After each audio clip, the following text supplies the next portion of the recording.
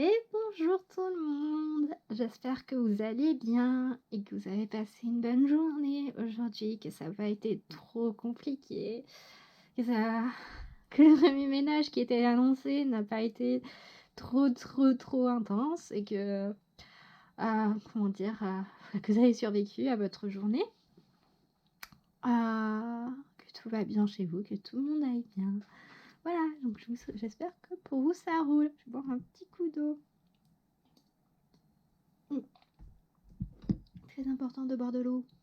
Allez, c'est parti pour les énergies du vendredi 9 octobre. Oui, c'est mon anniversaire. Oh mon dieu, j'ai regardé ce qui va se passer pour mon anniversaire. Oh là là. Je sais pas si c'était une bonne idée en fait.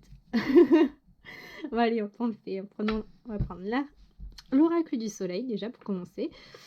Donc, quelles sont les énergies pour le vendredi 9 octobre pour ceux qui regardent la guidance, s'il te plaît, ceux et celles qui regarderont la guidance. Hop, quelles sont les énergies vendredi 9 octobre.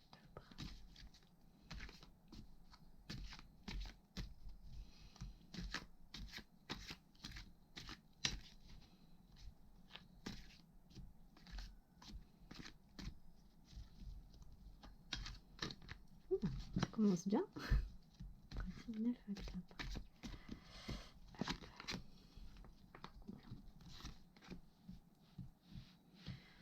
Là.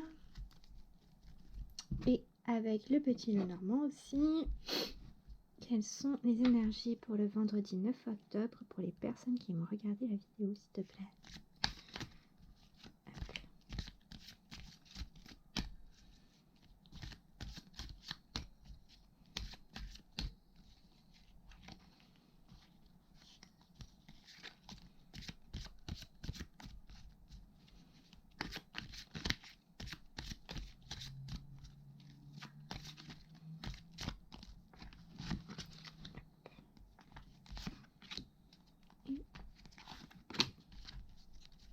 Alors, commençons avec l'oracle du soleil. Alors déjà, qu'avons-nous là? Ouh, une journée... Ah, regardez, on retrouve le pouvoir qu'on avait hier. Donc, première carte, nous avons le soleil en poisson, la vision. Donc, la vision va nous parler de globalité. De voir au-delà de ce que nos yeux voient. Ça va nous parler de clairvoyance, parfois aussi de médiumnité, vraiment de tout ce qui touche au monde du spirituel et comme moi je l'appelle, des mondes des invisibles.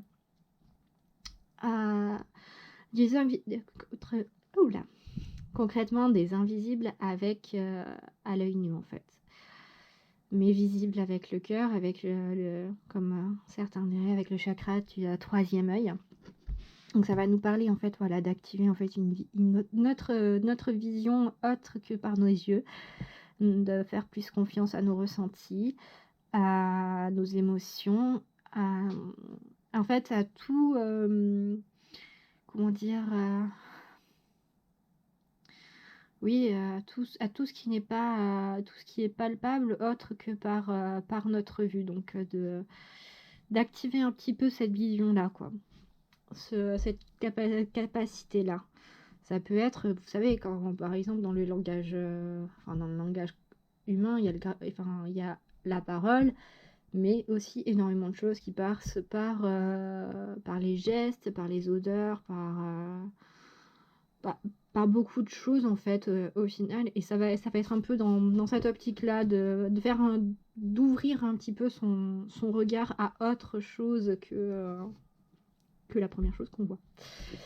Ensuite, nous avons la lune en poisson, décidément. Beaucoup d'énergie de poisson. La lune en poisson avec l'empathie. Et on retrouve encore cette notion de ressenti, cette notion là d'écoute, donc du coup d'être à l'écoute des ressentis. L'empathie de base, c'est l'écoute des ressentis des autres. C'est de prendre en considération ce que ressentent les autres et de tenter de se mettre à leur place.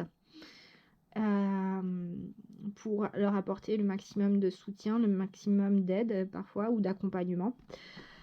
Et là, avec la mésange qui vient grelotter, enfin grelotter façon, parce qu'on dirait un petit grelot là qui va venir titiller l'oreille à côté.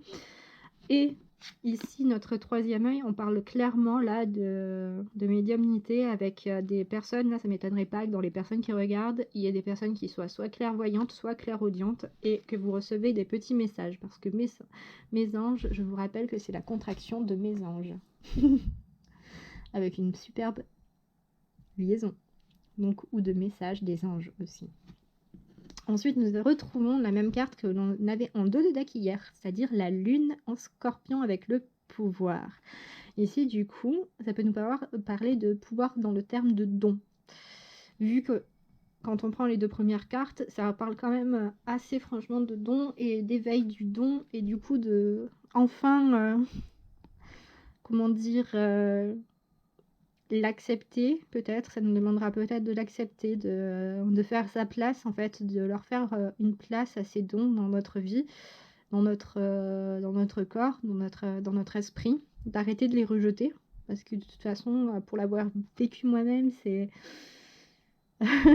c'est comme, même si c'est comme un boomerang, on a beau le lancer très fort, très loin, il reviendra toujours chez vous, avec la même force.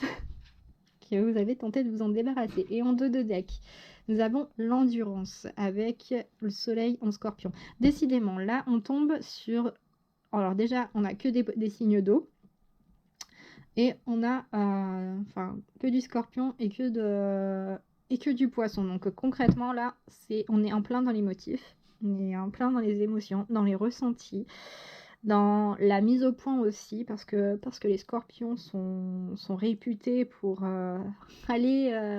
mettre le doigt sur ce qui fait mal, un peu comme Saturne qui gouverne le Capricorne, qui met un peu le doigt sur ce qui fait mal, mais à la différence, les scorpions ils mettent le doigt dessus, le signe du scorpion oui, met le doigt dessus, mais ne s'occupe pas forcément de l'après. Ne propose pas trop de solutions. Il fait tiens, là il y a un problème. Et puis voilà. À vous de gérer derrière. Donc là, avec l'endurance, ce que ça va nous parler, je crois que je l'avais déjà tiré, je suis pas sûre. Mais comme on voit, en fait, on a cet homme qui tente de maîtriser un lion. Ou qui maîtrise même un lion. Ça va nous parler du coup en fait d'user de sa force mentale, pas forcément physique en fait, et de toute sa résilience et de toutes ses compétences pour maîtriser un peu soit votre ego, soit des adversaires qui peuvent se montrer assez véhéments envers vous, assez violents et agressifs. Et ça va en fait, on va vous demander de mettre comment dire, de mettre d'utiliser toutes vos capacités pour supporter et passer cette épreuve concrètement. Là, de ce que je vois en fait avec toutes ces cartes réunies, déjà il y a une énorme, déjà il y a quasiment que des signes d'eau, donc vous allez être pas mal dans l'émotionnel. Donc à mon avis ça suit plutôt bien la journée du 8, ou qui nous demandait une certaine introspection et de faire un choix. Donc là concrètement on continue, donc à mon avis dans l'introspection. Vous demande peut-être de changer avec la vision, de changer aussi de point de vue, pas de comment dire, oui en fait avec je vais y arriver, avec la vision et l'empathie, c'est oui, c'est vraiment changer de point de vue, ça va être vous mettre à la place de l'autre, ça va être essayer d'écouter, non pas essayer, écouter l'autre et vous taire, écouter ce qu'il a à dire, écouter son vécu et tout simplement l'accepter comme il est, parce que c'est respecter ses émotions. Ça va aussi être d'écouter le point de vue d'une autre, peut-être par rapport à une de vos situations à vous aussi, où ça va vous permettre d'avoir un autre regard dessus, de mettre en lumière des détails que vous n'arriviez pas à voir, qui vont peut-être vous permettre de trouver une certaine forme de, comment dire, de solution ou oui, de porte de sortie pour calmer tout ça. Mais en tout cas, il y aura beaucoup d'émotions demain. Ça va être intense. Ça va être intense et va pas falloir se laisser marcher sur les pieds. Et en fait, là, je pense que l'endurance vient là aussi nous dire ça va être intense, va falloir maîtriser le truc, quoi. Va falloir se laisser submerger par les émotions et va falloir y aller, quoi. Donc le petit Normand. Donc déjà, il nous ajoute l'étoile, une excellente carte. L'étoile, ça va être l'étoile guide. Ça veut dire, enfin, pour moi, à chaque fois que je la vois, donc un peu comme le puits, je pense aussi à l'étoile, un peu l'étoile filante à laquelle on fait un souhait, on fait un vœu. J'aime bien faire les vœux. Ça fait penser aussi à la bonne étoile, à l'étoile qui nous guide, à l'étoile du berger également. En fait, c'est un signe d'espoir dans le sens où ça veut dire que voilà, vous êtes écouté, vous n'êtes pas seul. Il y a des gens avec vous, que ce soit sur le plan physique ou métaphysique, vous êtes entouré, vous n'êtes vraiment pas seul. Et vous êtes guidé. Le jardin. Le jardin, lui, va parler de la culture, de notre monde intérieur. Certes, là, ça peut nous parler un peu de l'extérieur, avec la nature, les plantes, et tout ça, mais enfin les oiseaux qu'il y a dessus aussi. Regardez-moi ce magnifique jardin d'hiver. Entre été et hiver, avec cette petite... Mais là, en fait, ça va nous parler de cultiver votre intérieur. Mais votre intérieur dans le sens, pas forcément l'intérieur de votre maison ou de votre appartement, mais plus votre âme. Ça va être la cultiver, ça va être l'entretenir, la nourrir, prendre soin de vous. Là, juste déjà avec ces deux cartes, avant même de voir la suite, et avec l'oracle du soleil, on peut déjà voir que avec la carte de l'étoile, ça rejoint pas mal les histoires de clairaudience, de clairvision, avec le monde du spirituel qui est là, qui a une très forte présence et qui nous fait signe que on n'est pas seul, que quand on formule quelque chose, on est entendu. Peut-être quand on formule un souhait, justement, on est entendu. Et sur le plan spirituel, il y en a qui se mettent au travail. Et nous, sur le plan matériel, il faut qu'on suive. Et là, avec donc cette carte-là, on nous parle d'être peut-être plus à l'écoute justement de nos émotions. Peut-être qu'avant, on s'en était coupé et que là, va vraiment falloir être beaucoup plus à l'écoute, beaucoup plus attentif et attentive dessus par rapport à elles. Parce que les émotions, elles sont jamais négatives, elles ne sont jamais positives, ce sont des informations. Et des informations par rapport à votre environnement. Et parler de nourriture et nourrir son âme et l'entretenir, surtout, c'est en prendre soin. C'est de ne pas les rejeter en bloc, c'est les accueillir aussi bien qu'on le peut. Essayer de trouver pourquoi elles sont là et en quoi... qu'est-ce qui les a fait apparaître. Pour mieux comprendre. En fait, c'est une porte, oui, on va dire, c'est une porte qui s'ouvre pour mieux comprendre qui vous êtes et comment vous êtes. Ensuite, nous avons l'ancrage. Bon, enfin, l'encre, qui nous parle d'ancrage. Et du coup, de s'ancrer beaucoup plus dans la réalité, que ce soit d'un point de vue matériel ou réel, ça va être vraiment ça, d'avoir les pieds vraiment garder les pieds sur terre. Parce que de toute façon, c'est une des choses qu'on apprend en spiritualité de base avant même de traiter. C'est ok, c'est bien de vouloir développer ses dons, mais il faut d'abord bien t'enraciner. Les signes d'air le savent très bien que ça part très vite dans, très vite dans leur esprit, que avec ce petit... Parfois, en fait, si vous avez cette espèce de sentiment de flottement, que vous n'êtes pas vraiment là, ou des choses comme ça, en fait, c'est parfois que vous manquez d'ancrage. Pour s'ancrer, il y a des façons simples. Ça peut être il peut y avoir la méditation. Ça peut être par des cristaux. Moi, vous voyez, par exemple, là, j'ai la tourmaline. Tourmaline, c'est une pierre d'ancrage. Mince, j'ai oublié son nom. Je sais plus ce que c'est, mais ça aussi, c'est une pierre d'ancrage. J'ai beaucoup de pierres d'ancrage pour me permettre d'être les pieds sur terre un petit peu, même les pieds dans la terre. Ça peut se passer également l'ancrage par des petites balades en forêt, par... comment dire. Il y a des personnes que je suis sur YouTube qui me parlent de faire le ménage. En fait, une autre manière de bien s'ancrer, ça va être d'être ancré dans son présent, c'est-à-dire que quand vous êtes en train de, je sais pas, moi, vous êtes en train de passer un moment en famille, ça va faire attention, par exemple, focaliser votre attention sur chacun de vos sens. Donc, par exemple, vous êtes dans un plaid en pilou-pilou-loulou, là, comme j'aime bien le dire, bah, ça va être faire attention à la douceur de ce plaid sur votre peau. Vous êtes peut-être avec un chocolat chaud ou autre chose, ça va être faire attention à l'odeur de cette chose-là.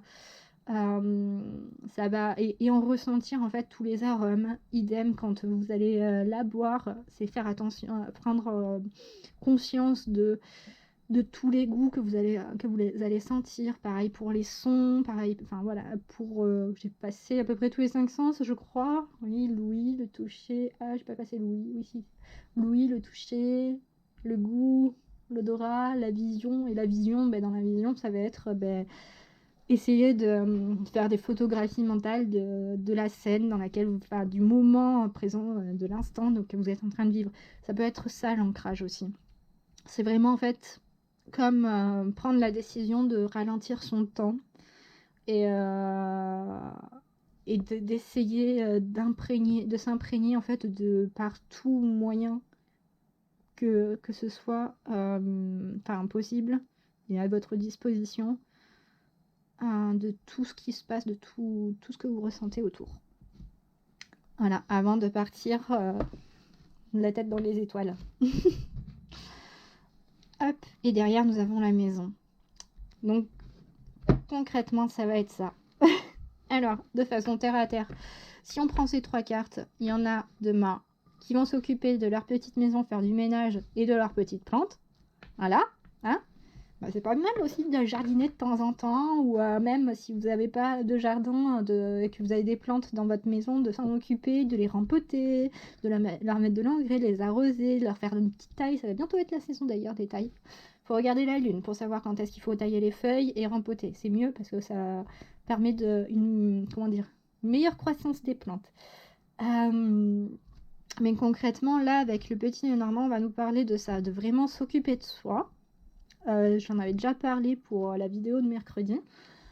Mais là, ça va être encore plus vraiment là-dedans, quoi. Ça va pas être forcément là, ça va pas être forcément de son corps matériel, mais plus de son corps, de son âme.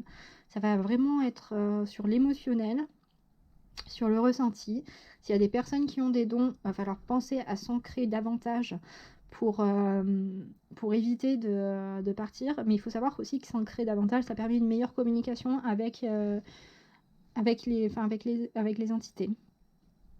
On est vraiment sur un tirage pour moi, ultra spirituel, ultra porté sur l'émotion.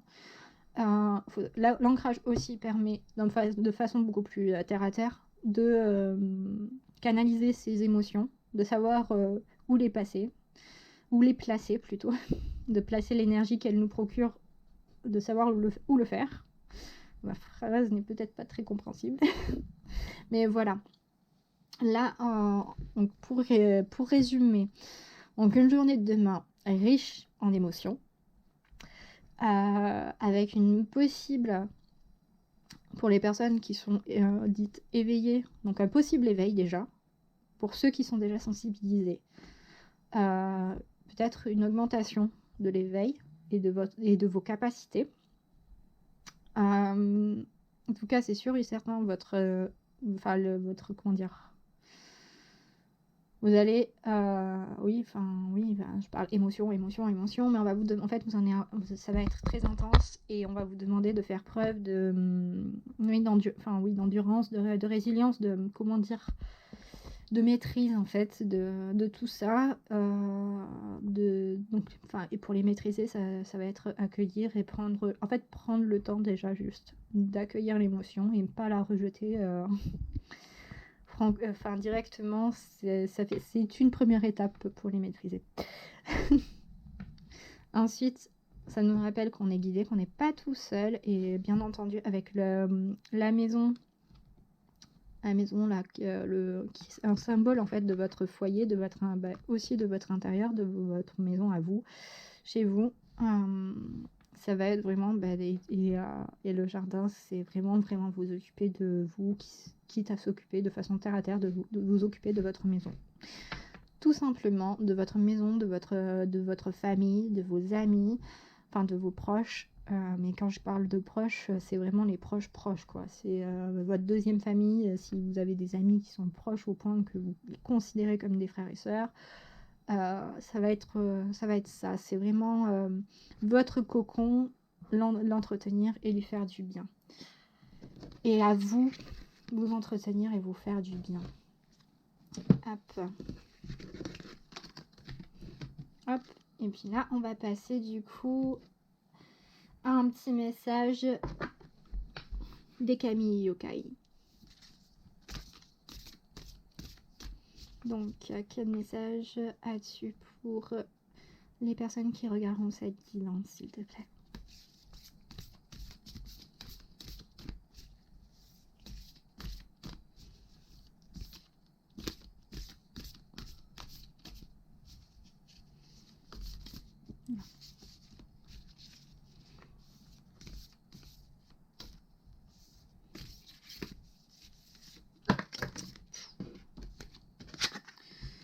Celle-ci qui s'est retournée. Attention. J'ai déjà lu une fois celle-ci pour moi. C'était étrange et intense. Donc, où est-elle? Voilà. Donc, nous avons Kiyohime.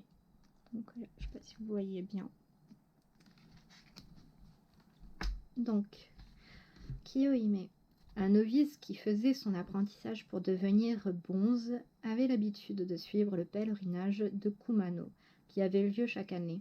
Pendant ces séjours, le jeune novice Hanshin logeait chez Masago Chouji.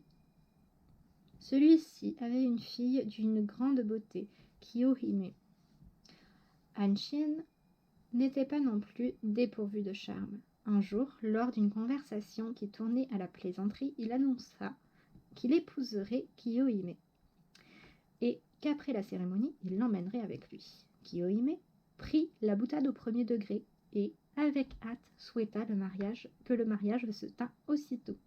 Toutefois, Hanshin, par sa condition, ne pouvait pas se marier et il devint difficile pour lui de se dépêtrer de ce quiproquo. Ni les mensonges, ni les incantations ne parvinrent à calmer Kiyohime, qui poursuivit sans relâche celui qu'elle considérait comme son futur époux. Les émotions et les sentiments de Kiyohime la transformèrent en serpent. Ne sachant plus quoi faire, Hanshin trouva refuge sous une énorme cloche. Se sentant trahi, Kiyohime s'enroula 7 fois autour de la cloche. La passion qui l'animait fit naître des flammes qui chauffèrent le métal à blanc, faisant périr Hanshin. Cette carte a plusieurs significations. Elle met en avant des sentiments de jalousie et de possessivité si excessifs qu'ils peuvent entraîner une mort de celui ou celle qui les subit, dans le sens où la personne peut se sentir étouffée, prise au piège. La jalousie va de pair avec la colère. Ces deux émotions consument à la fois l'être qui les génère et la personne qui en est victime. Quelle que soit votre position dans cette situation, tirez-la au clair le plus vite possible.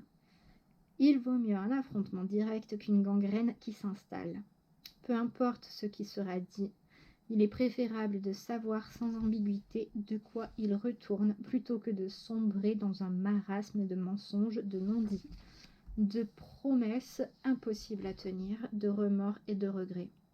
Prenez garde aux paroles que vous prononcez et surtout au contexte dans lequel elles se trouvent énoncées. S'il existe une façon de délivrer votre message, il peut être compris de 1000 façons par votre auditoire. Ne prenez pas à la légère les promesses que vous faites. Soyez sûr de pouvoir les tenir, sans quoi vous pourriez souffrir d'un retournement de situation et pour la même occasion faire souffrir la ou les personnes concernées. Si vous êtes dans la position de la victime, soyez attentif à ne pas vous laisser berner par de vaines promesses, ou, si cela est déjà fait, à ne pas nourrir des pensées sombres de vengeance ou de colère qui ne feraient qu'aggraver votre mal-être. Peut-être que la personne qui vous a menti ou trahi ne pensait pas à mal, ou peut-être qu'elle s'est empêtrée elle-même et que la honte l'empêche d'être franche à présent. Crevez l'abcès. Si la situation ou la relation peut encore être reconstruite, elle le sera sur des bases saines. Sinon, si rupture il doit y avoir, la coupure sera nette et propre, permettant une meilleure cicatrisation. Acceptez la réponse telle qu'elle est, même si elle vous déplaît ou vous déçoit. Ça rejoint quand même pas mal les motifs et les émotions qu'on a vu apparaître dans le tirage. Cette façon aussi d'aller au front, de les affronter et à la fin de les accepter. Donc c'est vraiment, ça va être vraiment ça, beaucoup de discussions, beaucoup d'écoute aussi, de compréhension. Et ça va pas être de tout repos quoi, ce vendredi. Mais bon, courage les petits choux. Parce que les choux c'est trop bon. Donc j'espère que cette guidance vous aura plu. Si elle vous a plu, n'hésitez pas à laisser un petit pouce en l'air, un petit like. Sinon, si vous souhaitez être alerté des autres vidéos, vous pouvez vous abonner à la chaîne. Et puis si ça vous plaît, parce que c'est quand même une guidance générale, et que vous en voulez une un peu plus personnelle, je fais aussi des guidances personnelles par téléphone. Donc voilà. Vous avez toutes les infos en barre de description. Et puis là, je vous embrasse et je vous dis à plus tard. Ciao, ciao!